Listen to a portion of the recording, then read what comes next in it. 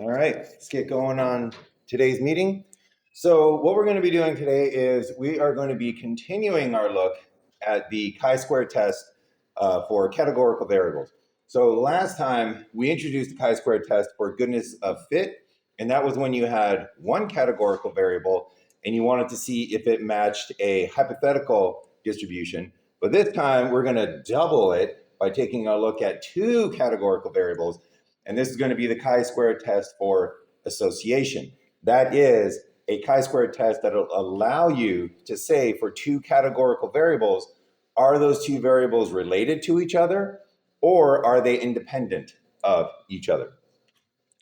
So again, this is all in service of our inferential statistics toolkit. So once again, the ability to go from samples to generalizations about populations, which is what gives psychology its ability to help as many people as possible, as intelligently as possible. So never lose sight of those skills that we are developing, the importance of them, and always remember that we are developing those skills to go from what we know about a sample to what we can infer or conclude about a population. So what's on the schedule for today? Well, we're going to begin today, and most of today is going to be setting up kind of the logic, the fundamentals, the background that we need for the chi-square test for association.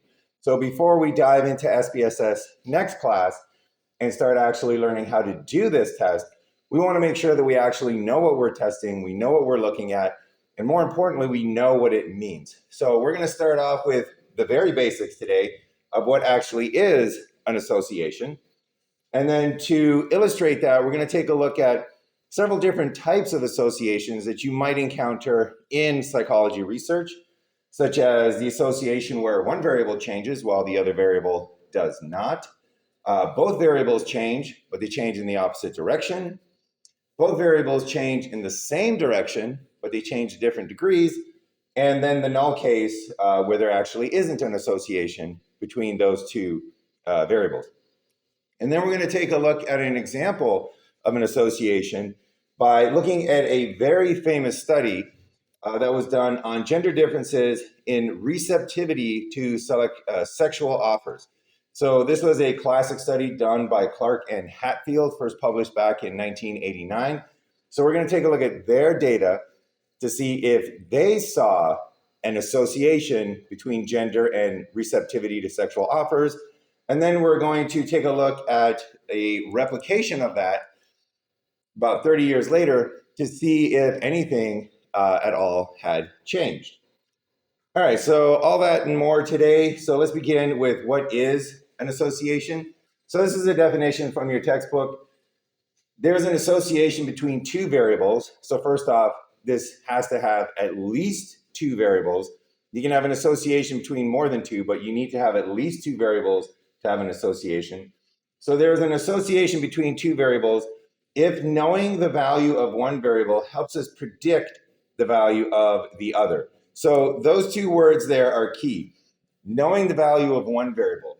That means that if you are given information about which category of the first variable you are in, you can then predict better than chance odds, better than blindly, what the value of the other variable is going to be. So if you have information about variable A, you then have a better ability to predict the outcome of variable B. So it's about knowing one variable and being able to predict another variable. And if that's the case, if knowing one variable allows you to predict the second variable, then we say that there is an association between the two. And then the opposite is that if knowing the value of one variable does not help you predict the value of the other, then we would say that there is no association between the variables. Another way of saying that is that those two variables are independent. All right, so that's the basic definition. Let's kind of take a look at some hypothetical examples of associations that you might find in psychology studies and in the psychology domain. So let's first take a look at sleep quality and test anxiety. So imagine that you were doing a study and you were studying whether cognitive behavioral therapy, or CBT, can help reduce panic attacks during exam week. And you have two groups. You have students who have completed cognitive behavioral therapy and students who didn't. So we have one categorical variable. Did you have therapy or did you not have therapy? Yes or no is a categorical variable. And then we're looking at whether or not they had a panic attack during exam week. So here we have another categorical variable. Did you have a panic attack? Yes or no. So that's a hypothetical study that you might be, that you could actually make real, but we're going to take a look at some hypothetical data from a study such as this. So we're going to show the data in just a moment. First, let's set up the graph here. So this is going to be a bar graph showing the frequencies of individuals in each of those categories. So we have frequency over there on the y-axis. And then on the x-axis, we have the category of panic attack. So yes is if you did suffer a panic attack during exam week. No is if you made it through exam week without having a panic attack. And then the blue bars are going to be the students who did receive cognitive behavioral therapy prior to exam week. And then the orange bars are going to be individuals that did not receive any therapy prior to exam week. So let's say that the data looks like this, and let's first take a look at the individuals that did not receive any therapy. All right, so let's say that those are their bars there, and we can see in this case that we had 50 students who did not have a panic attack and did not receive any therapy, and we have 50 students who did not have a panic attack and did receive therapy. And then we can take a look at the students that did receive cognitive behavioral therapy. And we can see that there's a lot fewer who had panic attacks who did receive cognitive behavioral therapy, and a lot more who received cognitive behavioral therapy did not have any panic attacks. So 10 students in the cognitive behavioral therapy group had panic attacks, while 90 students in the cognitive behavioral therapy group did not have panic attacks. And in this case, what we have here is we have an association between the two variables.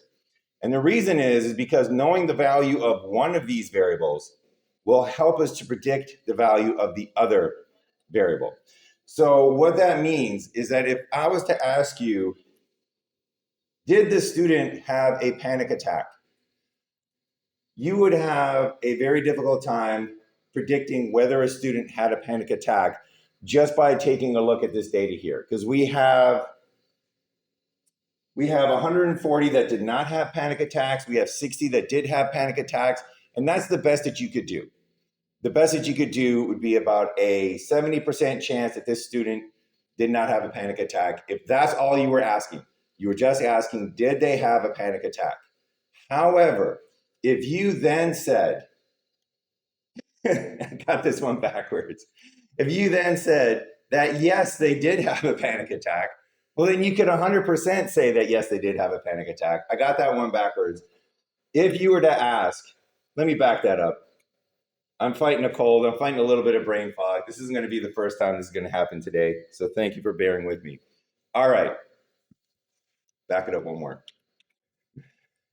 If I asked you, predict if the subject that I'm thinking of, right? I'm thinking of one of these subjects. Predict if they went to therapy or if they did not go to therapy. You would take a look at this data and you would say, well, wait a second. Half of our subjects went to therapy and half of our subjects didn't go to therapy. So I got a 50-50 chance of predicting whether or not this subject went to therapy. I got a 50-50 shot. However, if I then, because of this association, tell you, well, you can predict their panic attack a little bit better because I'm going to give you a clue. I'm going to tell you that, yes, they had a panic attack. So I give you information about the panic attack. And now you can take a look at that and you can say, oh, okay, well, now it's not 50-50 whether they went to therapy. Now it's actually 50-10 that they went to therapy. So they're 5 times, that they did not go to therapy. So they're 5 times more likely to not have gone to therapy if you know that they had a panic attack. So your ability to know that they had suffered a panic attack means that you can now much more greatly predict that this subject did not receive therapy. Likewise, it goes the other way. If I asked you, can you predict if this particular student had a panic attack? Again, you would be able to not predict very, very strongly. But if I told you, well, they actually received cognitive behavioral therapy, well, then you know that only 10 of the cognitive behavioral therapy individuals suffered panic attacks, while 90 did not. So you can, with 90% confidence, predict that the subject did not receive or did not suffer a panic attack. So in this case, you can see that there's an association simply because for both directions, knowing the value of one variable allows you to better predict what the value of that second variable is, and that's what an association means at its core. All right, next scenario here. So imagine that we are running another study, and we are studying attachment style and trust in new romantic relationships. So we classify individuals into two categories of attachment. They either have secure attachment style or insecure attachment style. And then we find people with secure and insecure attachment styles who are in new relationships, and we simply ask them a question: do you trust your partner? And it's either yes, I trust my partner, or no, I don't trust my partner. So let's take a look at this hypothetical data from this categorical study. So again, we have two categorical variables, and they might have an association, they may not have an association. So let's take a look at the data here. So let's first, again, x-axis, do you trust a partner in your new relationship? You either fall in the yes category or fall in the no category. Y-axis, we have the frequency of people in each category. Blue bars are people with a secure attachment style. Orange bars are people with an insecure attachment style. And let's say that the pattern for data for the individuals that do trust their partner is this pattern right here. Many more secure people trust their partner than insecure people trust their partner. And on the flip side, do you not trust your partner? We have many more insecure attachment styles not trusting their partner, and many more secure attachment styles trusting their partner. So in this case, we have another association. And this association is actually one where we get what's known as a reversal, because the direction of the effect is actually opposite depending upon which category you're in. So if you are in the secure attachment style, you are more likely to trust your partner in a new relationship than you are to not trust them. If you're in the insecure attachment style, you're more likely to not trust your partner than you are to trust them. So the effect is reversed. The effect of trust is reversed depending upon which style of attachment you have. And that is an association called an opposite direction or reversal association. So again, what does this mean? Well, again, this means that if you are trying to predict one variable, it helps to have information from the other variable. So if I was trying to predict if a subject had a secure attachment style or an insecure attachment style, and I didn't know anything about the subject in the study, again, it would be 50-50. Because I would take a look at this data and I would say, well, we have 100 subjects in the secure attachment group. We have 100 subjects in the insecure attachment group. Randomly, if I pick one of those, it'll be 50-50, whether they're secure or whether they're insecure. But then if you give me some information on whether or not they trust their partner in that new relationship, and you say that this individual, this subject actually does trust their partner, well, then I know they're part of this group here.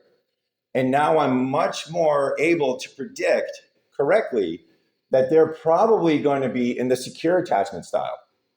It's a much higher probability that they're going to be in the secure attachment style. Now it's gone up from 50% to 80% chance that they're in that secure attachment style. And likewise, going the other way, if I wanted to predict, does this individual trust their new partner in their new relationship?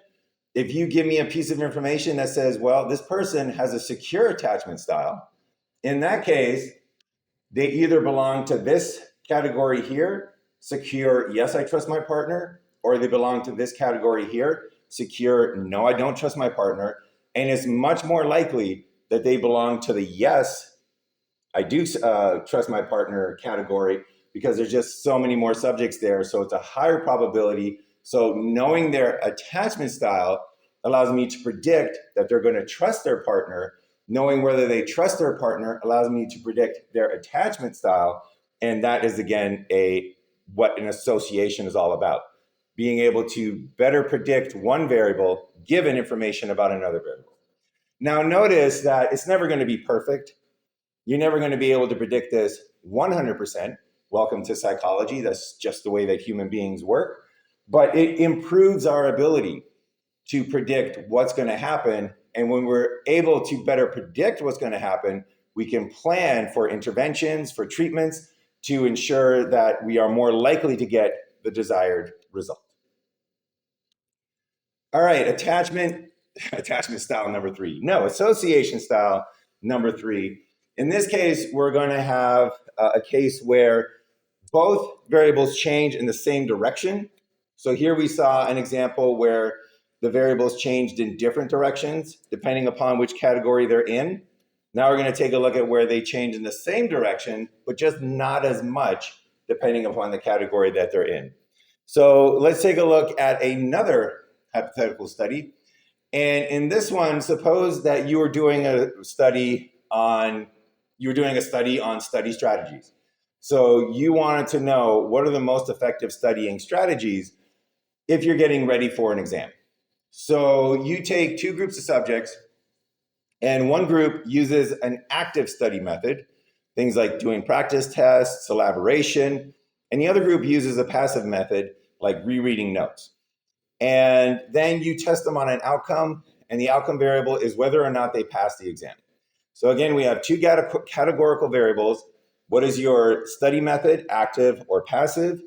Did you pass the exam, yes or no? So let's take a look at this hypothetical data. So on the x-axis there, we have, did you pass the exam, yes or no? On the y-axis, we have the frequency of individuals in each category. And then the blue bars are going to be the active study students. The orange bars are going to be the passive study students. And let's say that for the individuals that pass the exam, that is their data right there. So more active individuals pass the exam than passive individuals. And then for the individuals that did not pass the exam, we have more passive individuals than active individuals.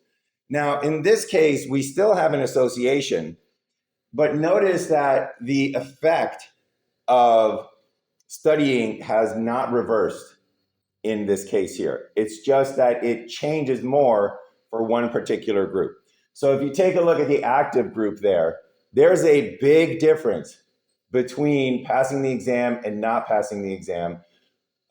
There's a huge difference between the number of individuals that passed the exam versus the number of individuals that did not pass the exam. For passive studying, there's a difference between the number of individuals that passed the exam that did not pass the exam, but it's a smaller difference. So in both cases, more individuals pass the exam, whether or not you did active studying or passive studying. It's just that the difference is massive for the active studying individuals, and it's a lot smaller for the passive studying individuals. So what this means is that there's still an association, even though they're changing in the same direction. So once again, if we were trying to predict the outcome of a particular student or the study strategy of a particular student, we would not have any ability to predict that beforehand better than just the chance frequencies that we have there. However, if I was to give you information that they actually did pass the exam, well, then in that case, you know that they're part of this group over here. And it is more likely than chance that they used an active study strategy if you know that they passed the exam. And then likewise, if I tell you that they used an active study strategy, well, then you know that they're either part of this category here or they're part of this category over here.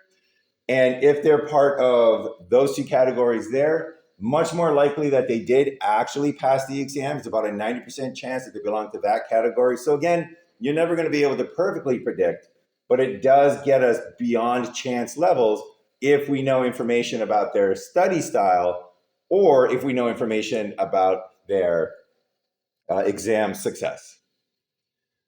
All right, and then the last example here is going to be one where there is no association.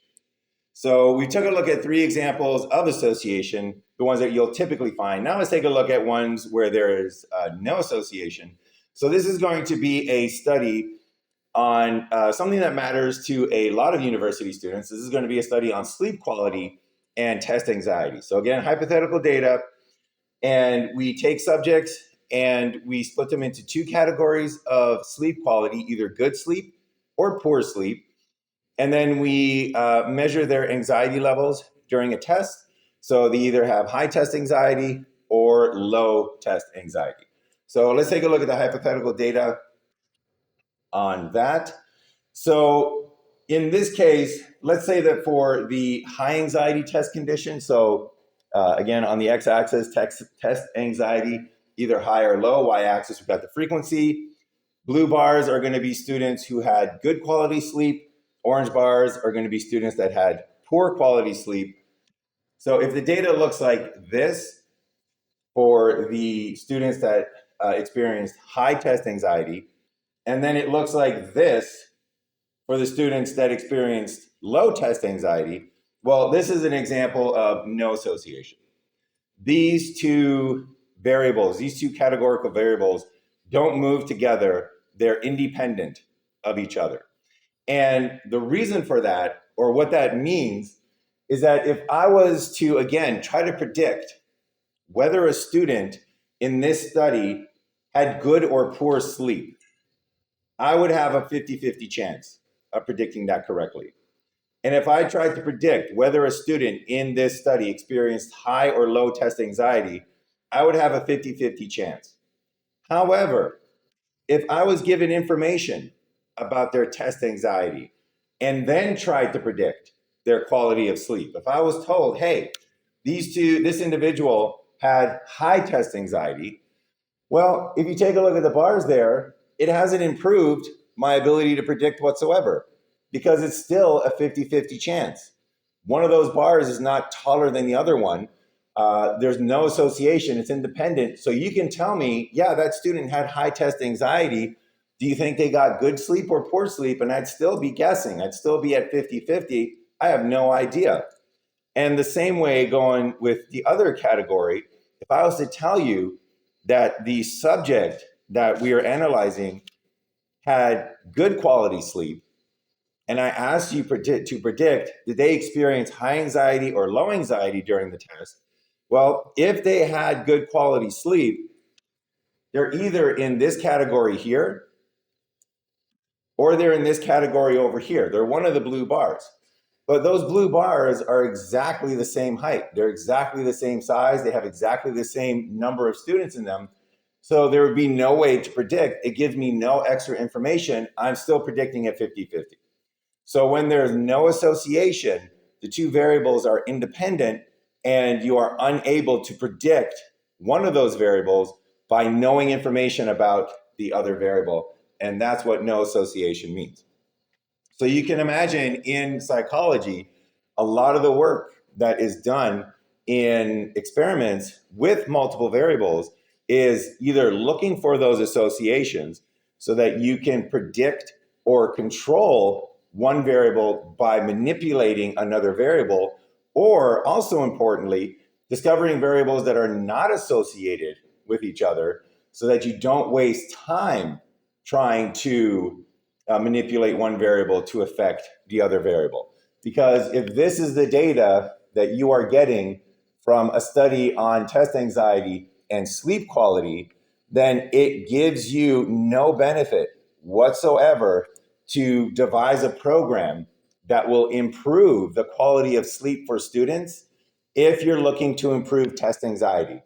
Because test anxiety is not related, not associated with sleep quality. So it's good information to know, that those two are not associated, they're not related, they're independent of each other. All right, so that's the basic idea between association. That is what we are going to be developing a chi-squared test of association to actually determine. Any questions on that before we introduce the study that we are going to be taking a look at over the rest of today and next class? All right. Okay, so now we're going to take a look at a classic study done by Clark and Hatfield, first published back in 1989.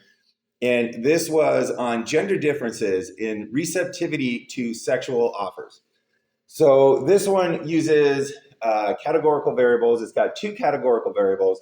And we'll set up the scenario and then just kind of go into the nuts and bolts of what they found and what it means.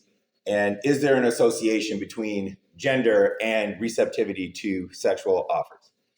So in this experiment, they did this experiment twice, once in 1972 and then again in 1982. I'm pretty sure those dates are correct. Definitely once in the 70s, once in the 80s. And what they did is they had female Confederates. So they had female students who were part of the experiment. And these female experimenters, we're going to call them female Confederates, they would approach opposite sex strangers on campus. So they were on university campus and they would just approach opposite sex strangers while they were on campus. So they did this with female experimenters, and then they also did it with male experimenters. So you had male experimenters approaching opposite sex strangers, and then you had female experimenters approaching opposite sex strangers. And what they would do is they basically had a procedure, and it was very standardized. And I invite you to read the original article because it is a gold mine of just the bizarreness sometimes that occurs in psychology experiments. And I'll show you an example of that in just a little bit. But they had a very regimented, outlined procedure just to kind of standardize how the individuals were selected. But once they selected a subject, the experimenter would approach them and would follow the script that they were given. So they would approach them and then they would start talking to them and they would say, I have been noticing you around campus. I find you to be very attractive.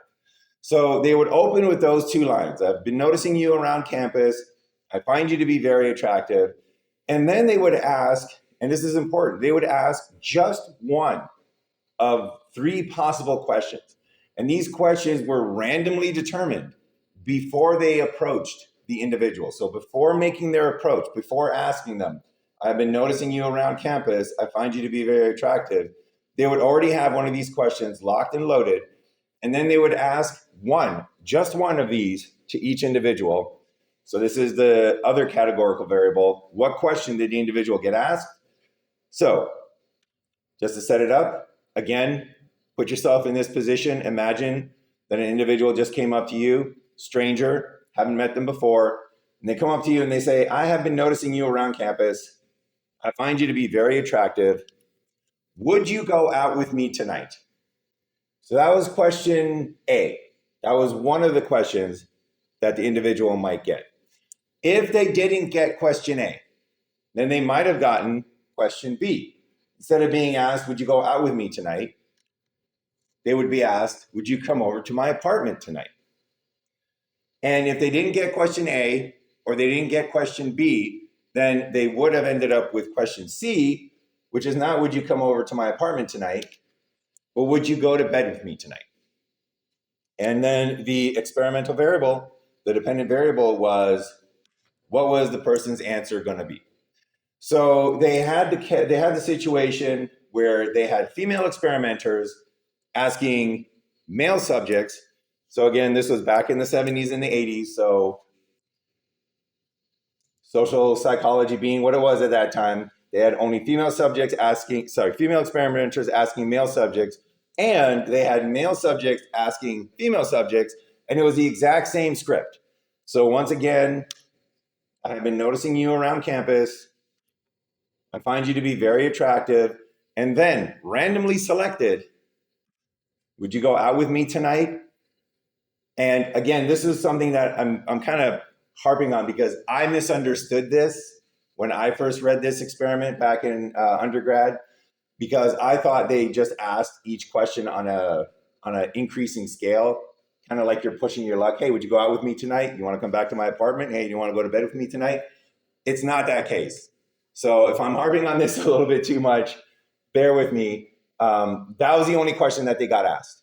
Would you go out with me tonight? If they weren't asked that question, then the question was, would you come over to my apartment tonight? And if they weren't asked that question, then the question was, would you go to bed with me tonight? And then once again, what was the subject's answer going to be? So this experiment is going to test, is there an association between the sex of the subject and the responses to their answer?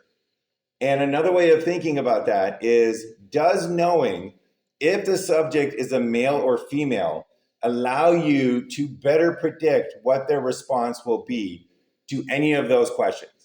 So does that knowledge of whether a subject is a male or female allow you to better predict what is going to happen when they ask, would you go out with me tonight? Would you go to my apartment tonight? Would you go to bed with me tonight? So let's take a look at what they actually found. And actually, before we get to that, just take a moment right now and try to predict. And again, this is going to be back in 1978, not 72, 1978. Try to predict back in 1978, what would a typical female's response be to a stranger coming up to them on campus, giving them those two lines, I've been noticing you, I find you attractive. How many would accept the date, the date to go out tonight? How many would go back to the individual's apartment that night? And how many would go to bed with that person that night? And then for a female approaching a male, how many males would go out that night? How many males would go back to the apartment? And how many males would go to bed that night? So take a moment, kind of get that scenario in your head, and let's see if our experiences in these past decades has at all prepared ourselves for what was going on in 1978. All right, so here's the actual study, gender differences in receptivity to sexual offers. And just to kind of give you a little bit of the method, and I promise you some of the weird wildness of psychology back in the 70s. So here we go. So this is a description of the Confederates. So Confederates, these were the experimenters. Study 1 was conducted in 1978 and study 2 was conducted in 1982. In both studies, 5 college women and 4 college men from an experimental social psychology class served as experimenters. All had volunteered to approach subjects who were alone at 5 different locations on campus. The Confederates were approximately 22 years of age and were neatly dressed in casual attire.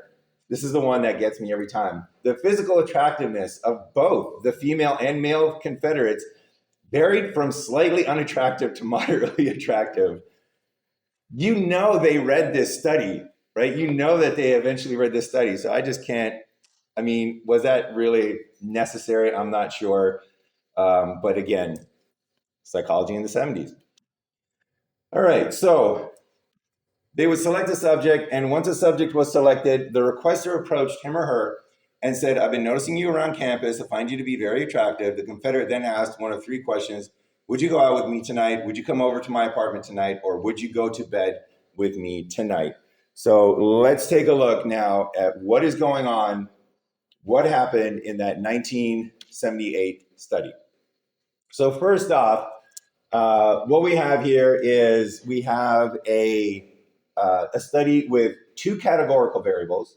So looking for an association is exactly the right thing to look for. So we have the first categorical variable of the sex of the subject.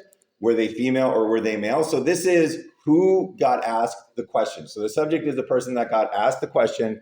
So females are going to be the pink bars, males are going to be the blue bars. And then on the x-axis there, we have type of request. And again, you fell into one of 3 categories. You were either asked out for the date, or you were asked back to the apartment, or you were asked to join them in bed. And then on the y-axis there, we have frequency. Now, the last thing that I'm going to mention before showing the data here was that equal numbers of male subjects and female subjects were approached. So 48 male subjects were approached, 16 were asked, would you like to go out with me tonight? 16 were asked, would you like to come back to my apartment? And then the other 16 were asked, would you like to go to bed with me tonight? And then 48 females were approached, 16 were asked, would you like to go out on a date tonight? 16 were asked, would you like to come back to my apartment tonight? 16 were asked, would you like to go to bed with me tonight? So you can compare these kind of visually with each other because the equal number of individuals were asked. So what did we find? So does anybody have an estimate out of the 16 women who were approached and were given 2 lines and then asked, would you go out on a date with me? How many do you think said yes?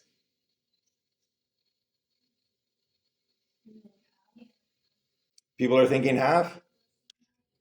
Yeah, you're just about right on the money. It was 9. 9 out of 16 women said yes to a date, which kind of boggles my mind that that seems incredibly high considering just how many people complain about how hard it is to actually get a date. And I mean, if that's what it was like, maybe that's what it's like in the 70s. Maybe again, we're looking at it through the lens of our modern era, but it almost seems like a like some sort of date wonderland where all you need to do is just walk up to somebody and say, hey, I've been noticing you, I find you attractive, you want to go out? 50-50 chance, not bad. So that was the number of females that accepted the date. Do people think males are going to be the same, higher, lower? Higher? All right, I hear a lot of votes for higher. Actually, just one less male. So not higher. We're not going to actually do the statistics on this today, but I would say, 8 versus 9, that's random chance, that's random variation. But there seems to be no difference in terms of how many males versus how many females said yes to going out on a date that night.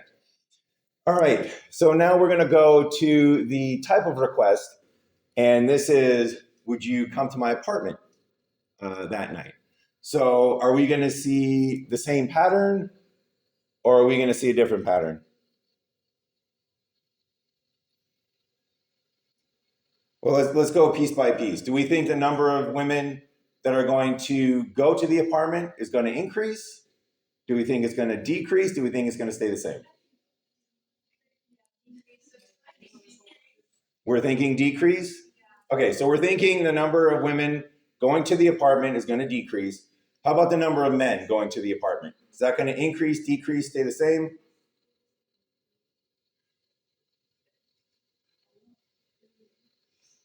So the men is a little bit more of a mystery?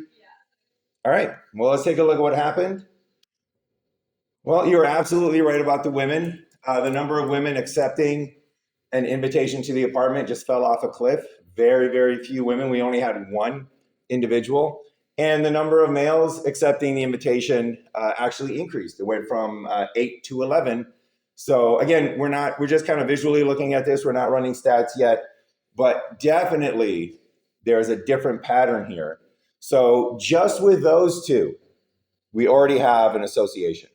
We already have a different pattern of results, no difference between accepting a date, huge difference between going to the apartment. And for the final one here, do we think that there's going to be a change? Do we think that the number of women agreeing to go to bed that night is going to increase, or is it going to go down to 0, or is it going to stay at 1? Think it'll be pretty low? And what about the males? Approximately the same? All right, yeah, it seems like we have a good handle on what's going on in the 70s. Yeah, so the males, if you take a look at the overall pattern for male subjects, the overall pattern seems to increase as the requests get more intimate. Whereas for females, the overall pattern seems to decrease as the requests get more intimate. And that is an example of an association. Because again, if you have information about one aspect of this study, you can more powerfully predict other aspects of the study. So if I was to tell you what type of request had been given, you would be able to predict much more accurately what is going to be going on. So if I told you the type of request was, would you go to bed with me tonight? Well, then you could say, well, the people who said yes, that's going to be a male, right? The answers are going to be yes for males. 0 females are going to say yes in that case for that type of request. If I told you, on the other hand, no, we're talking about the request of a date, well, then you can predict that the story is going to change. So knowledge about the type of request allows you to predict what is going to be the response based on whether it's a male or whether it's a female. So you're more able to predict whether it's going to be a male saying yes or a female saying yes if you know the type of request. And then also, correspondingly, if you know the gender of the person, then you are more likely to be able to predict what question did they answer yes to. So if I say to you, well, it's a female subject that we're looking at, well, then you either are talking about one of the 9 females that accepted a date, or you're talking about the one female that accepted the apartment invitation, and we had no females that accepted the bed invitation. So we got a 90% chance that we're talking about somebody who accepted a date, only a 10% chance for an apartment, and then 0% chance for the accepting of an invitation to the bed. So that is an example of an association, a real world association. And this was a study that was done in 1978. All right, any questions on that? All right. So this was a 1978 study. As I mentioned, they did a replication of this study in 1982. And for the replication, they really did exactly a replication. They did the exact same setup, exact same questions, and they even tested the exact same number of subjects, 48 subjects, 48 males, 48 females, 16 in each condition. And this was 4 years later. And as you can see, we're just going to toggle between the two results. This was 1978, and then this is 1982. So we got 1978, 1982, and as you can see, there's barely any change whatsoever between the two studies. We still have that association between the two. And now we have absolutely no females accepting the apartment or accepting the invitation to bed. And we still have that pattern of males increasing the acceptance as the questions or the invitations become more intimate. But basically, this is about as close as a replication as you can get. Basically, no change between 1978 and 1982. And once again, we have an association between those two variables. All right, so what was their conclusions? So they wrote that in both studies, we found that men and women responded as traditionalists would expect them to. Men readily accepted a sexual invitation. Women were extremely reluctant to do so.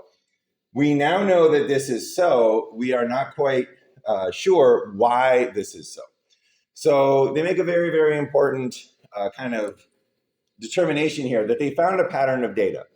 And the pattern of data cannot be argued with. That is what they found. Given the experimental setup that they had, they found it once in 78. They found it again in 1982. Very, very strong replication. So they know that that is the case. They have very good evidence that that is actually what is going on in the population, but they're not quite sure actually why it is so. So what we're going to do, not today, but what we're going to do is we are going to try to see what approximately 40 years of further research has done on this subject. And next class, when we dive into this and we start taking a look at how to actually run these chi-square tests, we're also going to take a look at a very recent 2025 replication, gender differences in receptivity to sexual invitations, two naturalistic replication studies by Kuntz and Greitmeyer. And just kind of give you a comparison, this is the 1982 study, and the 2025 study here, they, once again, these are some of the most exact replications I've ever seen in psychology. Once again, they did the exact same setup, university students, they did the exact same approach. I've been noticing you on campus. I find you to be very attractive. Would you go out on a date with me tonight? Would you go to my apartment tonight? Would you go to bed with me tonight? And they even asked the same number of students. So 16 students got the date question, 16 got the apartment question, 16 got the bed question for male subjects, and then for female subjects, another 16 for the date question, another 16 for the apartment question, and another 16 for the bed question. Now, the question is, given that we were so good at predicting what happened in 1978 and what happened in 1982, what do we think is going to happen in this 2025 study? What do we think is going to happen to those bars? So first off, in general, do you think the bars are going to change? Do you think the bars are going to go higher? Do you think the bars are going to go lower? What do we think is going to happen for this 2025 study?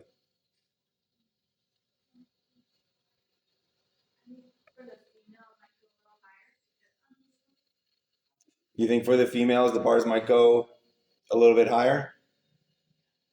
Okay. Any reasons why they might go higher?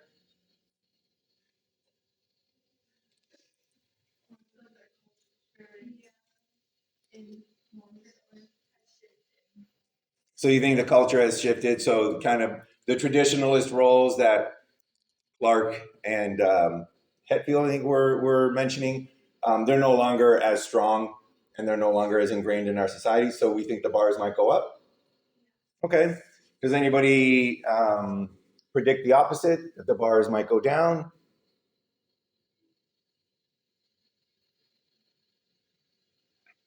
Okay.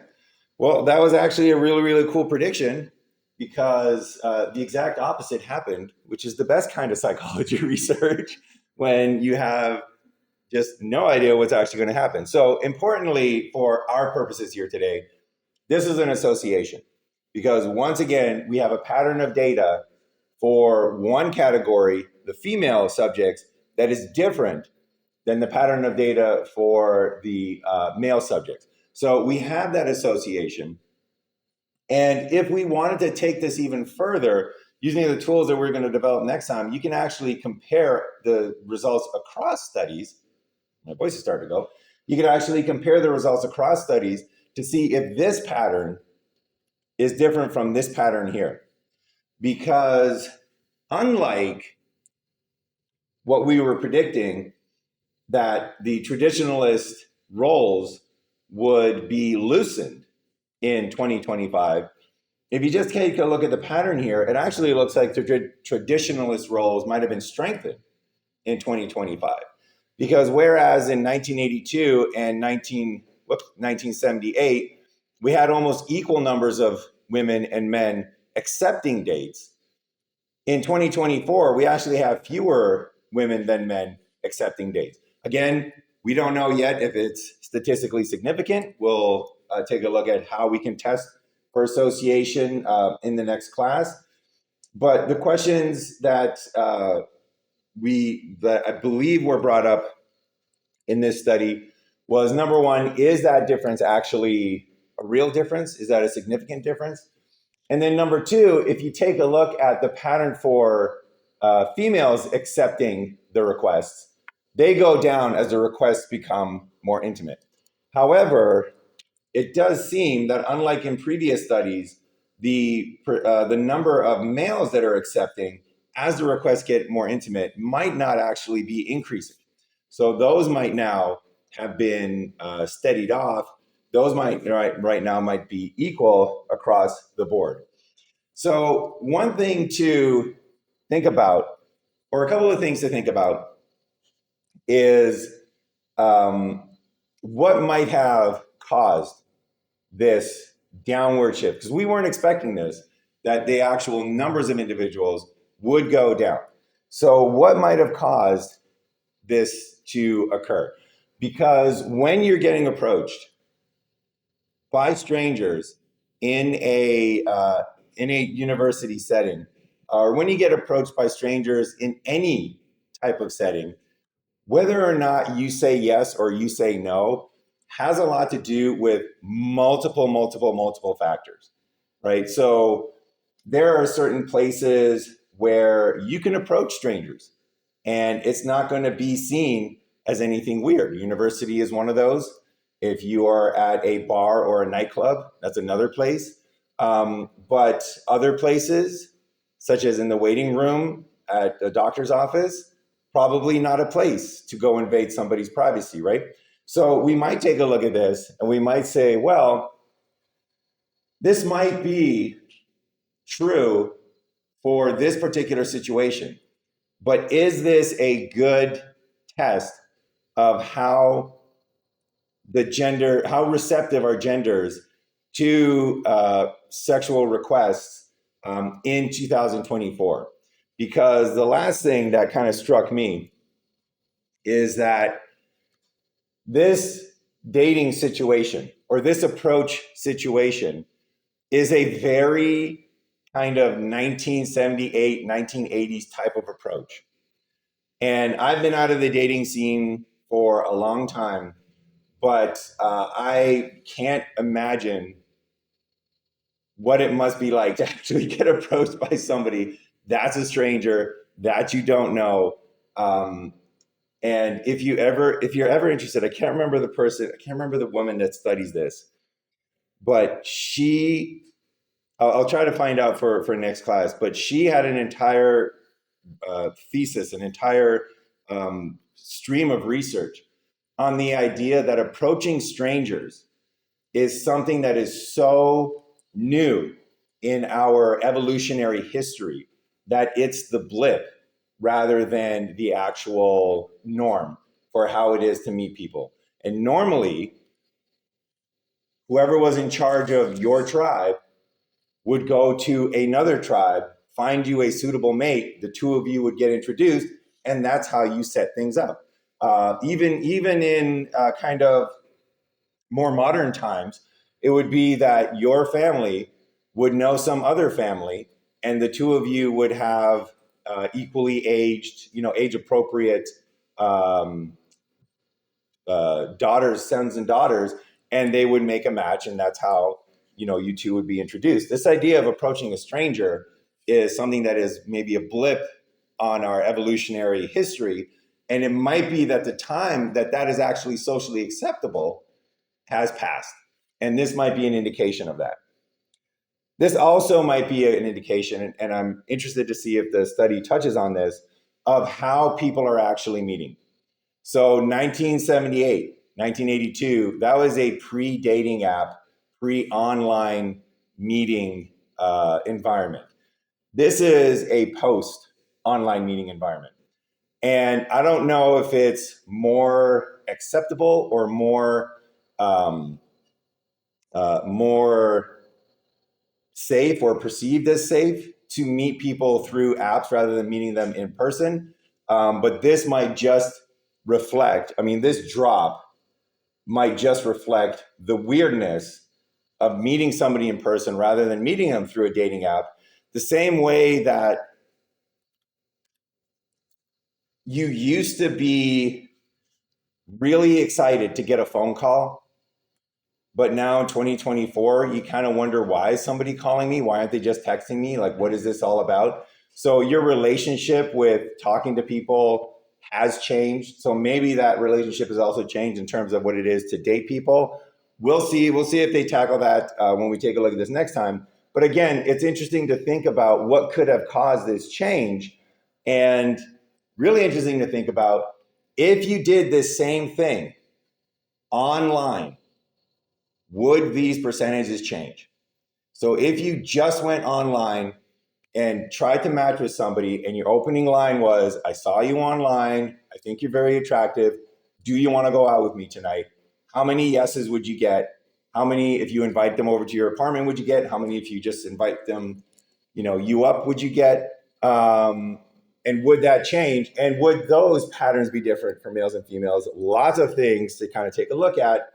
But all of them, check this segue out, all of them require you to know how to do the statistical analyses. And that's what we're going to be doing next time when we actually apply SPSS to test this data and see whether there actually are associations. There look like there's associations. Do they actually exist? That's what we're going to be doing next time. So any questions before we wrap up? All right, and that is it for today.